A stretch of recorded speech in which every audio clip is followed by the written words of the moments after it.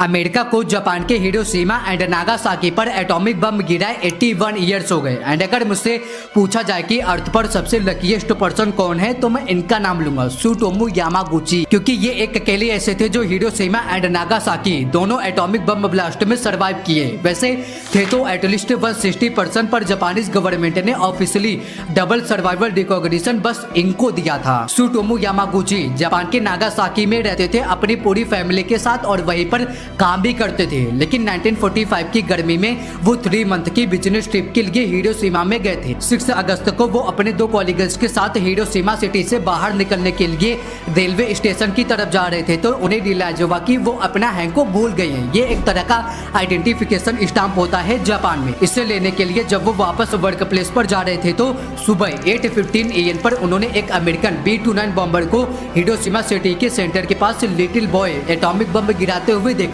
Yamaguchi बम explosion वाली जगह से सिर्फ 3 किलोमीटर दूर थे, जिससे ब्लास्ट की फोर्स से वो ऊपर उछल गए।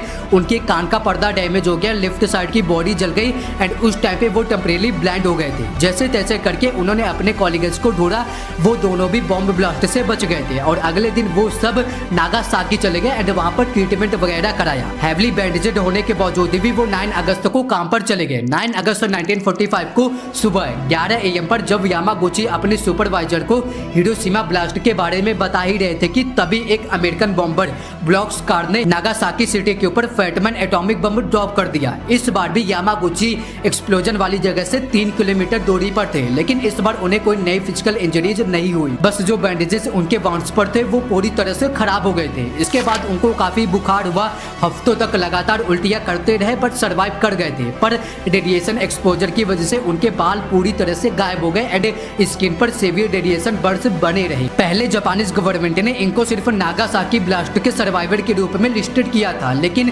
24 मार्च 2009 को गवर्नमेंट ने ऑफिशियली एक्सेप्ट किया कि वो दोनों ब्लास्ट के सर्वाइवर थे। बाकी के जो 160% थे उन्हें एक्सेप्ट इसलिए नहीं किया गया क्योंकि जापानीज गवर्नमेंट ने एटॉमिक बम ब्लास्ट सर्वाइवर्स को लीगल राइट्स और मेडिकल असिस्टेंट देने के लिए एक कार्ड सिस्टम बनाया था। ऑफिशियल रिकॉर्ड में किसी को डबल सर्वाइवर का टैग देने के लिए दोनों सिटीज के म्युनिसिपल रिकॉर्ड्स, मेडिकल रिसर्च और विटनेस की जरूरत होती थी। मोस्टली लोग जो दोनों बम ब्लास्ट झेले थे उन्होंने रजिस्ट्री के टाइम सिर्फ एक ही बम ब्लास्ट का क्लेम फाइल किया। उन्होंने दोनों ब्लास्ट फाइल का क्लेम इसलिए नहीं किया कि हो सकता है कि उनके पास कोई फॉर्मल प्रूफ नहीं था या उन्होंने मेडिकल बेनिफिट्स पाने के लिए एक ही आइडेंटिटी रजिस्ट्रेशन को काफी समझा हो। अगर देखा जाए तो यामागुची को भी डबल सर्वाइवर का टैग बहुत ही लेट में मिला 2009 में, जबकि 4 जनवरी 2010 को स्टोमच कैंसर के रीजन से उनकी मौत हो गई।